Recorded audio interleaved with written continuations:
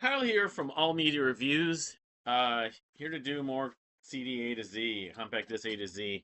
I did some like a blog last week that I never shared that was just went on too long, trying to review like 6 movies and TV shows or 7 movies and TV shows, and just I don't know. I'll follow it up at some point maybe. So, but and I'm gonna do a probably an update to the calendar for the new release calendar sometime soon. But anyway, let's just get going on CDA to Z. So I left off at the end of D's the last video, so this will be the letter E. I think it's just going to be all the letter E.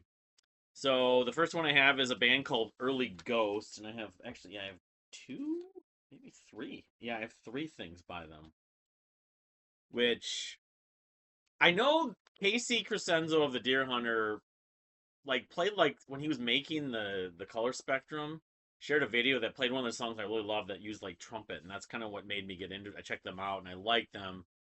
I didn't like get obsessed with them, but anyway, they're I don't know if they're a band anymore. They kind of have a cabaret element, and you can tell myspace.com early goes. So I have I think this is their self-titled EP. I'm not sure where they're from. 5-piece band. Um but Yeah, I mean one of those bands that I think they may have gotten some openings. Oh, this is actually a burned. Yeah, I don't know if that. Yeah, I think I probably labeled it. It wasn't labeled, but because it looks like a CDR. But um, and then okay, so there's 2 different releases here. One's called Kadax, recycled paper. Um, yeah, and again, this kind of resembles like a CDR, but it looks like it was pressed in some way. This is 2012. Um,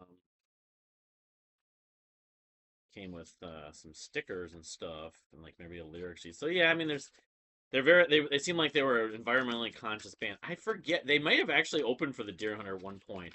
All I know is when I was not one of the only Deer Hunter fans wanted to know what song he was using in the background on his like when he was making the color spectrum. He was playing that song from the early Ghosts, but this is from 2012, and then this one right here is We Crossed the Waves. So I don't know if these are like all EPs because this might be a full length actually because it's got like 8 tracks on it or 10. 1, 2, 3, 4, 5, 6, 7, 8. It's got 10. So, but this looks like another EP, and this is 2010 too. This may be We Crossed the Waves. It's called.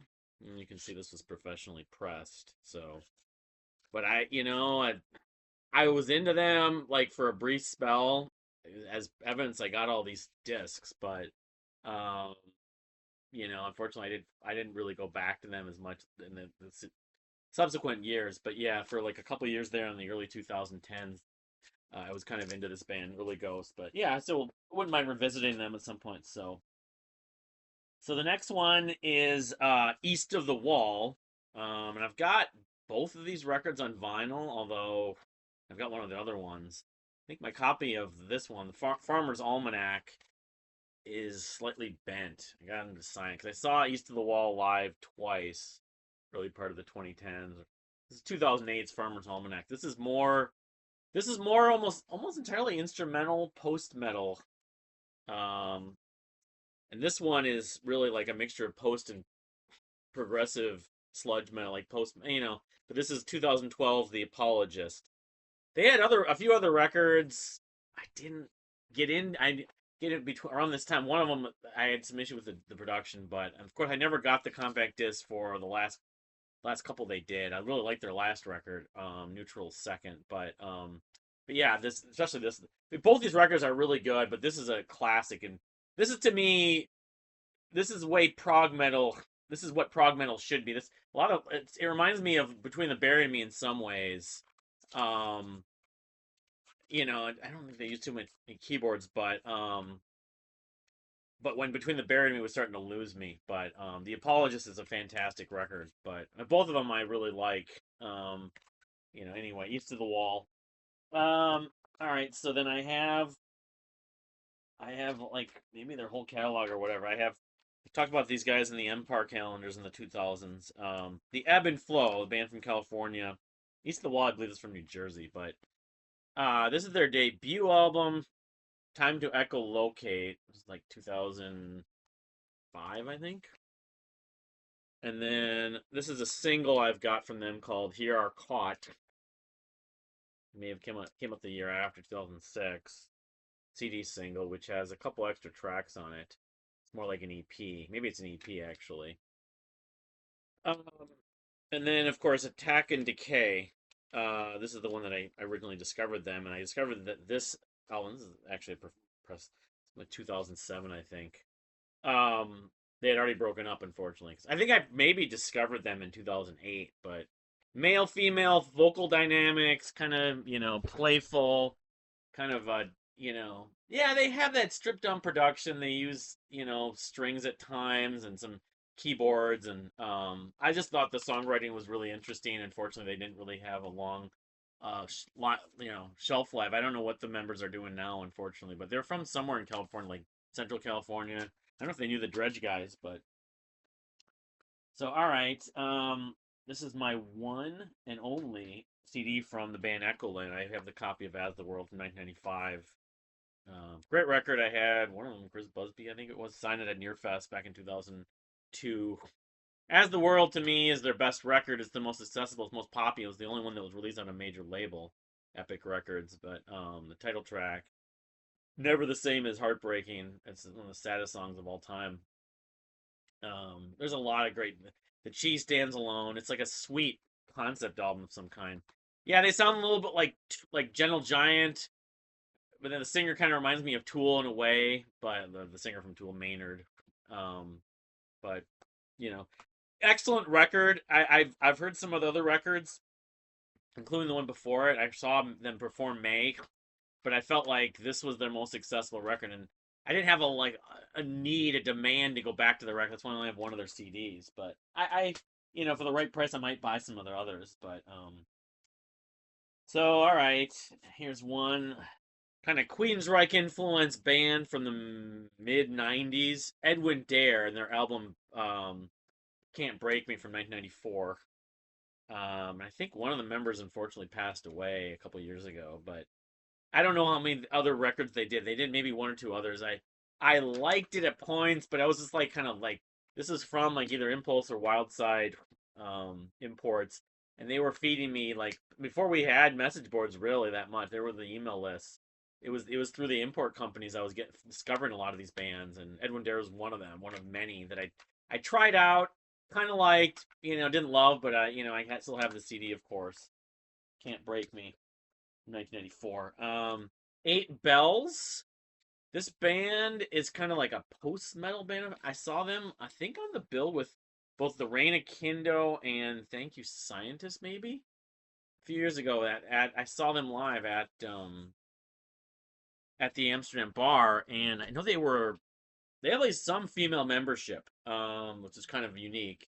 But this is their album called Landless. So they were good enough to buy the CD. I liked it. I know there was like a sort of gothic, almost like Halloween element to some of their music, but yeah, I mean, I don't know where they might be from New Jersey too. I forget. Um, yeah, it's a trio: Ray, Amate, Melinda Jackson, and they may be maybe a all female band actually, but they were kind of more leaning on the metal side. If I'm not mistaken, I think it was with Kindo and Thank You Scientist. Maybe it was with someone else there. It might have been like Nabla Viscaris. I forget what band I saw. Or maybe Vector. Maybe I forget what band I saw them with, but Battleground Records from. I didn't even get the year on that. It doesn't say on here. It had to be in like the mid 2010s, somewhere around mid to late 2010s. Doesn't have a year on here, but you think it would? Oh, 2015, the fall they recorded it. Maybe so. It probably came out in 2016. So anyway, Eight Bells. All right. So here's um my Eldrin collection, and I have they're not the same album. They look similar, but so of course I've got all three of their proper studio albums on CD. Um, one being I think it's just like a self-titled debut album from 2013, Denver's own Eldrin. Um, kind of like I mean, they were synth driven at points. Kind of they used a violin. They featured violin. I mean, I don't know, they still are technically a band, but I don't know, they just do the Pink Floyd tribute every year now to make money, like they pay the make money, but to pay the bills. It's like it's also something they like doing, but um, this is my least favorite among their three records, but I still like parts of it. Best Friends, anyway, Sleepwalker, NWO, um, and that was in 2013. Then you have Welcome to Deathville, which was like 2015, maybe. I think it was 2015. I have to open this up. Um, and it's more electronic at points from my memory, and it's just better production. The vocals are better on this album. Doesn't give me the year. A lot of these don't give years. I mean, it's not exclusive to CDs, but I want to say this is either 2015 or 2016. This CD came out. Um, Mostly people. Okay, okay. Here's some listing of some of the credits on it.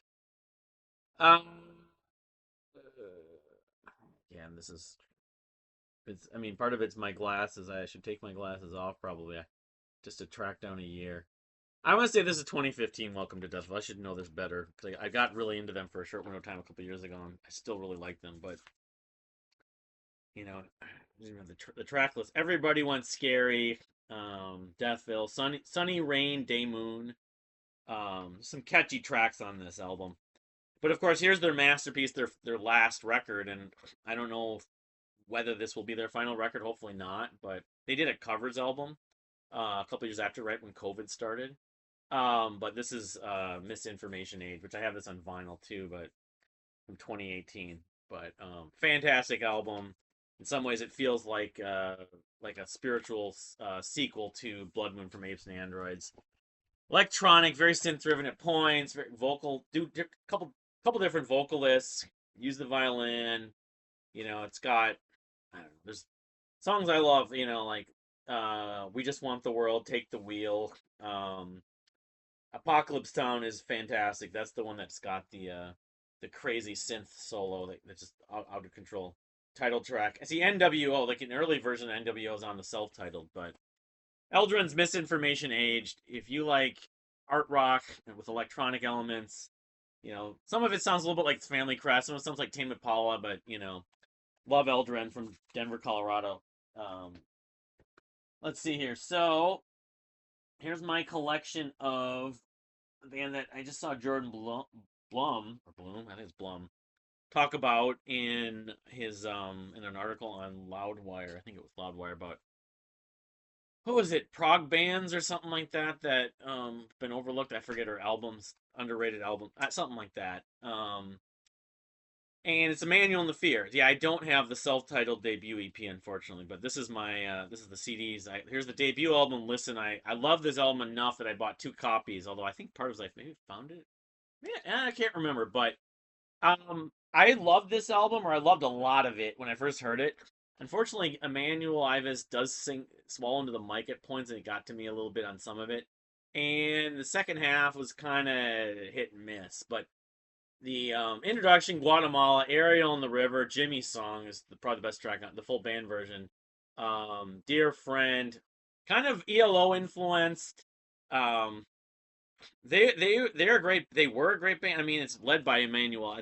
They're still technically a band. They put out a record a couple years ago. Unfortunately, I didn't really care that much for it. I kind of got bored by it. But yeah, here's the compact disc. But I thought they were going to get pretty big and get on some tours. They never really did, unfortunately. But my friend who knew I love Apes and Androids recommended them, but I wouldn't compare them as much to Apes and Androids and more to ELO or it's like orchestral rock, really. Um, so then they followed that up with the Janice Mir. That was in 2010. Janice Mir is 2012, which Jordan loves this album. I remember liking some of it, but it was not. It didn't have as many like great moments, and it wasn't as big from a sound like with as many layers as the Listen album. But title track, I was really like pumped for this record when it came out. But and he was doing some of the whispering again, unfortunately, which has really been present on most of their records.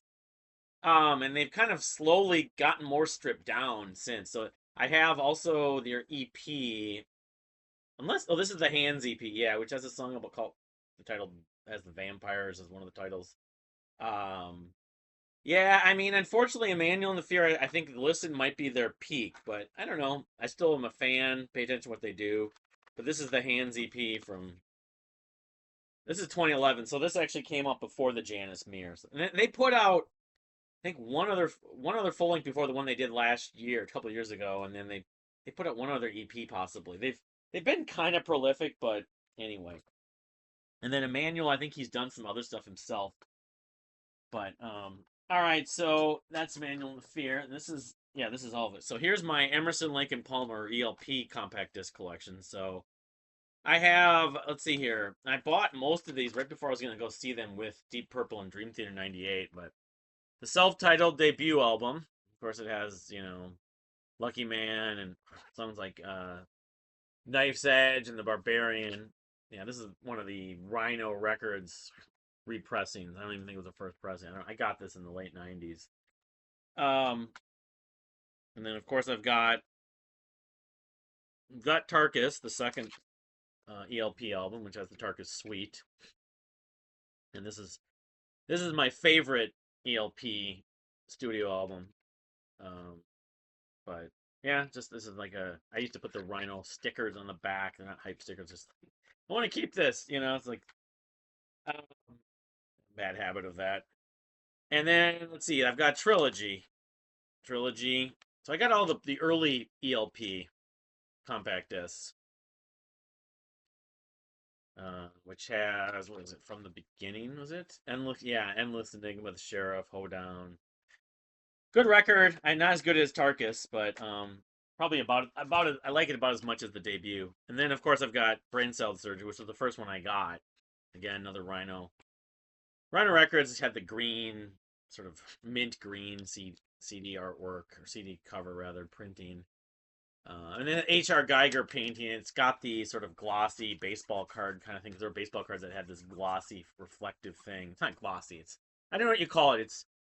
It protects it, but it was also for the artwork, of course. And I thought the actual booklet I got had something going on with that too. Like there was extra. Yeah, there was like a print in here.